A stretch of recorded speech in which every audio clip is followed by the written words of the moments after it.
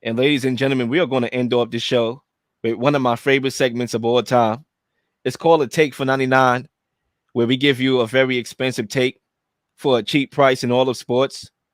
And we get to go home and do our thing. And Zach, I would love to begin. Unfortunately, I won't be going NFL today or NBA. I'm going to go to boxing because I haven't got to give my reactions to the Canelo Alvarez and Edgar Berlanga fight. Now, my take for 99 really is, did Edgar Berlanga stock rise despite a loss to Canelo Alvarez? I think that's a very polarizing, interesting topic because it's all about perspective and how you view it. Look, folks, we all know Canelo is the meal ticket in the sport of boxing. He picks his fights, and him choosing you as an opponent is almost the equivalent of an artist getting chose to do the NFL halftime show.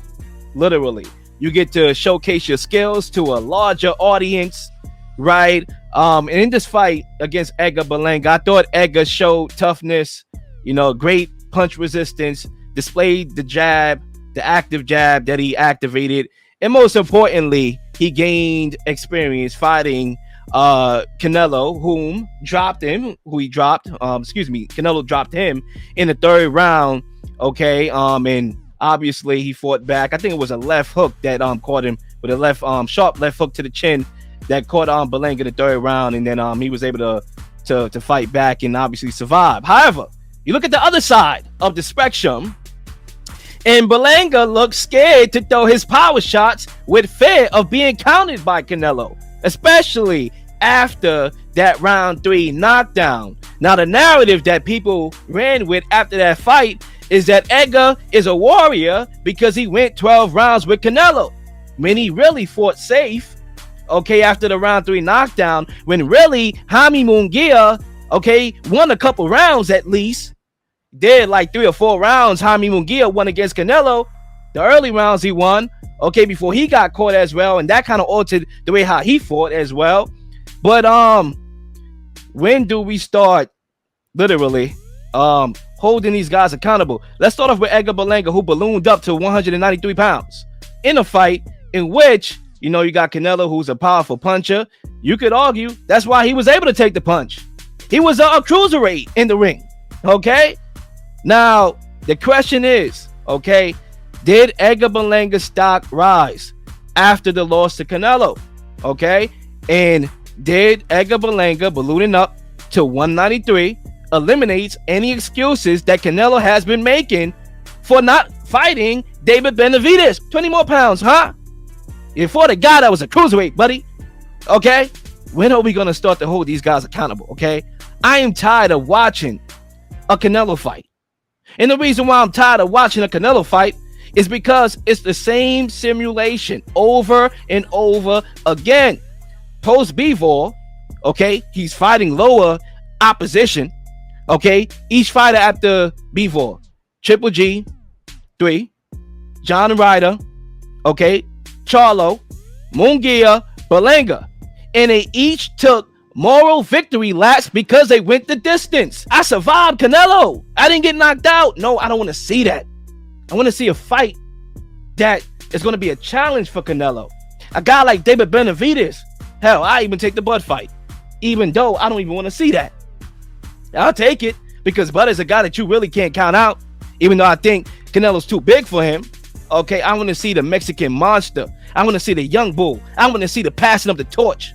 Okay, so my take for 99 is, did Edgar Berlanga's stock rise despite his loss to Canelo? And when will we hold Canelo accountable for his opposition? And that's my take for 99. Salute to my guy Kenny who commented. I'm just going to read this real quickly, Zach. Then I'm going to pass the mic over to you. They reportedly did 750K pay-per-view buys. Edgar's stock definitely went up, like I said, and I agree. It's all about perspective, right? If you talk about popularity, it's like getting called to do the Super Bowl halftime show. If you're an artist, you're going to have a big stage and you're going to be able to showcase, your skills on that stage. So he doesn't lose as far as having that attention, right? But at the same time, stylistically, you look at that question as well. Okay. Yeah, Zach, I'll let you go ahead. He didn't win. No, he didn't win no rounds. Yeah, I did see a few scenes from the site. It looked like a great atmosphere in Vegas. So I think you said a lot of good things there. Berlanga, I've seen a little bit of him. Looks like a good young fighter. So looking forward to seeing what exactly his future holds. But Lil, it's football season. So my take for 99 is in the NFL. And I'll say this. It's very rare that we have the opportunity to talk about Thursday night football on this show, just because usually we record on Tuesday or Wednesday. The game is usually like a week out coming out. So we don't always have the opportunity to talk about what happened on the week prior Thursday night football game. But that's exactly what I'm going to do here. And I have a take on each of the Dolphins and the Bills coming out of that game on Thursday night that hit me right when the game ended. And it was one of those times where as soon as it hit me, I'm like, all right, I have to talk about this on the show. And look, that was a great win by the Buffalo Bills. It's unfortunate what happened to Tua Tagovailoa. We just got news a couple hours ago that he's going to be placed on IR, so he's going to be out till at least week 8, week 9. I know you did a whole segment, I believe it was by yourself after that game. I did tune in. Great stuff there. But I have some outlook and some takes on both of these teams' futures for the remainder of the season. And anyone who's listened to me knows I haven't been particularly too high on the Miami Dolphins, especially with Tua Tagovailoa as their quarterback. Again, I hope he's okay. His decision, what he wants to do with his future. Does he want to retire? Does he want to keep on playing? I don't really have an opinion on that. I think that's totally up to him, and whatever he wants to do, that's good. But I just look at this Dolphins team, and I'm just going to say it right now. If Skylar Thompson is their quarterback for the remainder of the season, they have no shot, and their season is over. I don't think he's an NFL quarterback, and I know the Dolphins made a move for Tyler Snoop-Huntley, who somehow made the Pro Bowl a few years ago, but I'm going to say this too. Like, if he's their quarterback for the remainder of the season, this team has no shot. And I just think that this Dolphins team should not quit on the remainder of their season. They still have Tyreek Hill. They still have Jalen Waddle. Devon Achane looks like a heck of a young player at running back. Their defense is not great, but they have some talent there. Like, this team should not be quitting on the season. So I was thinking, like, what should they do at quarterback and who should they go after? And Ryan Tannehill has been a name that I've heard a lot. Former Dolphin, that would be a cool story, but I don't think he's good enough either. Like, if you're the Dolphins, you should still want to be at least competitive, at least go to the playoffs with this team. I don't know if Tannehill would do that. So I'm going to throw a name out there. And look, I've trashed this guy a lot on this show in recent memory. I'm not really sure how much football he has left, but I will say he did go to a new team this offseason. And the minute he signed with that new team, I knew right away it was not a good fit. It wasn't going to work, and it hasn't worked so far considering he hasn't played a game yet. But I do wonder, would Russell Wilson going to Miami and pairing up with Mike McDaniel and Tyreek Hill, would that be something that intrigues the Dolphins at all? And I'm not saying it would definitely work. I'm not saying he would definitely lead the team to the playoffs, but I do know that Russell Wilson, of any of the quarterbacks that might be available, I think he would give the Dolphins the best chance to win. I think that job in Pittsburgh is Justin Fields going forward. Russ will not get on the field if he stays in Pittsburgh. And I would love to see the Miami Dolphins go after Russell Wilson. It would be very entertaining at the very least. And look, Russ, I think hopefully his last few stops in Denver and Pittsburgh could humble him a bit. And he has to realize, like, man, your career is on the line right now if you don't have success, whenever that is the next time you take the field. So I want to see the Dolphins go after Russell Wilson. I think it would be a fascinating move. And I think if they have any shot going forward this season to have any success, that should be the move they make. And then also on the Bills' perspective, impressive win. Josh Allen was phenomenal. I think he has a great chance of being the MVP favorite right now, just because I'm not really too high on the rest of this Bills team. But in the first two games, Josh Allen has really carried them to wins. But you got to give the Bills credit because their defense looked very good. I know Tua made some self-inflicted wounds, but the Bills defense forced him into that. It was the first time in a while I watched the Bills pass rush and said, okay, these guys might be the real deal. Credit to their new defensive coordinator for getting the job done there. Their secondary has held up throughout two games, going up against Kyler Murray, who looked very good in week 2. They held Kyler in week 1. But I just look at the weapons around Josh Allen right now. James Cook has been very good. But besides him, Kincaid hasn't done a whole ton. Keon Coleman has not done a whole ton. And I'm going to say this right now. If the Buffalo Bills want to challenge the Kansas City Chiefs and get to the Super Bowl, They need to be the team that trades for Davante Adams if the Raiders decide to move off of him. I think it's a fit that makes a lot of sense. You pair Josh Allen again with a great wide receiver. I think they made the right decision moving on from Stephon Diggs. Clearly, that combination had lost all its juice. It's lost all its luster. But the point is, we spoke about teams in the AFC competing against Kansas City. Who's going to be the one that challenges them? It might be Houston. The Chargers have looked very good, but this might be Buffalo's time. But I think they're one piece short. And if they're serious about really challenging Kansas City, they need that dynamic playmaker. I thought Sunday against the Ravens was the best game I've seen Adams play in a while. He showed us that he's still one of the best in the game. And I'll say that if the Buffalo Bills are serious about winning a championship this year, and keep in mind, if they don't at least get to a Super Bowl this year, the season is going to be a failure. I think they need to be the team that goes after Davante Adams. So that's my take for 99. I had a vision in mind, 2 moves that each of those teams coming out of Thursday Night Football should make. I want to see the Dolphins go after Russell Wilson, and I want to see the Bills go after Davante Adams. That is my take for 99.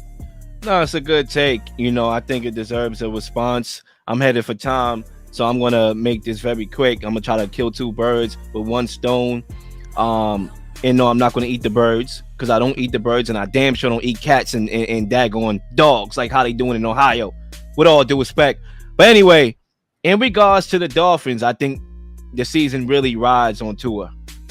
Even if you make a move for Wilson, which I think ultimately I don't have a problem with, especially if Mike Tomlin, was really far gone going with Justin Fields, right? I think that's a move that you can make. We was never a believer in in Wilson to begin with. So I don't think that changes here, but it's an upgrade over Skylar Thompson. I get it. Got you. But at the end of the day, I think their season realistically rides with Tua and what he decides to do with his NFL career. Now, clearly, this morning or this afternoon, they put him on IR. He's going to miss the next 4 games at least, possibly more if he decides to retire. Only thing I would like to add on to that, because I did leave some meat on the bone, is that I believe that he had his family in Miami or something like that, living with him in Miami. Listen, I get it. I respect it. You're looking out for the homeboys. You're looking out for your family members too. But you just need to hang it up for your health, okay? Tell everybody to go get a job. Respectfully, we can't be living off this money that I'm making. I got to retire from the game. Everybody else just got to get a job. Respectfully, okay? Be the quarterback of your family, bro. In regards to the Bills, like I said before, and I told people, I warned people, Leel Shadamas is on the mic again, okay? The Bills are a team not to be underestimated. We saw it last year, and they showed us a lot last year. Clearly, I was the only one that saw something last year, clearly. Okay, when they were 5-5, and they fire coordinators midway, and they have to win every single game pretty much. They only was allowed to lose 1 more game to really go make the playoffs. They did all that with injuries to Matt Milano, who ironically is still not here, with Stephon Diggs barely touching 100 yards. They did all that, and still that wasn't good enough for people because clearly they didn't get the job done against Kansas City for whatever reason. Maybe a catch will change that. Maybe a field goal would change that, but they didn't. So you live with the results. I get it respectfully, but we cannot underestimate them. Clearly, a lot of y'all was. I was not, because I know that Josh Allen will have his most efficient year because he's not forcing the ball to a star diva wide receiver who wants the ball. That's why I predicted, as my bold take, that he would have his lowest interceptions this season, because I know that their offensive approach is more methodical and less explosive. So clearly they found the formula to win, which is feed Cook, let Allen cook, and cook the defense. Clearly, cook. Okay, and that's my take on Buffalo. I don't think this is a fool's gold situation. They're legitimate, and I think. Well, here's my question. Here's my question, though. Do you think right now, the way they're constructed, they're good enough to beat the Chiefs? Because I don't. I think they need one. I don't think the Chiefs are great. I think the Chiefs had won games that they were supposed to lose. That things went their way and didn't go the opposite way. So yeah, I don't really see the Chiefs, as a superior team. This was the same team last year that should have beat them. Yes, Stephon Diggs was there, but he was there as a decoy. He barely had 50 yards in the game. I just feel like I've seen the Bills and the Chiefs have played in the playoffs, 3 of the last 4 years, and the Bills are 0-3. I think keep it the way it is. Don't get that shiny toy and then Josh Allen start thinking he can air the Dude, ball out and then he turn the ball over. Nah, keep it like how it is. He's playing great. Don't tamper with it until he shows you that he needs another wide receiver. If Keon Coleman in the next couple of weeks doesn't have a bigger impact on the game and it's evident that they need a number one, then you make a move because you still have championship aspirations and clearly you're at that point. But if he's showing you, the offense is showing you that as of right now, 2-0, it looks good, you keep on riding that wave until it shows that, okay, it's evident, yeah, we need another wide receiver. Right now, I don't feel that way. Right now, I feel that Josh Allen is being one of the best quarterbacks in the league. James Cook is cooking, and their defense is holding up their end, which is supposed to be a weakness, until they show me that they need a number one wide receiver. Then you go get that guy at the deadline. So we'll come back at this conversation, at the deadline, and we'll see what the Bills is at, where they at, and we'll see if they need to address that. And I think they ultimately will, because let's be honest, credit to the Bills for taking advantage. The Dolphins really choked up that game. Like, that was an embarrassing take, but they did come back against Arizona. So I just think they're one piece short, and I think Davante Adams would be that guy. I'm not gonna lie, Kenny, I don't understand the correlation there. I don't know what that means really, bro. Respectfully, but right on, brother. Okay, folks, that wraps up another episode of 99 Pod. And I'm Zach. I'm looking forward to the next one. Salute to Dujane. He actually just went live. So those of y'all who are watching this show, maybe you want to tune into the Not Bland Show. He's live on Facebook, YouTube. I'm going to give him a free plug because he always supports us. So make sure you tune into Not Bland Show right now. It's live right now on YouTube, Instagram, Twitter. Zach, I'll see you next week, my guy. Absolutely will. Always a great time. You know that.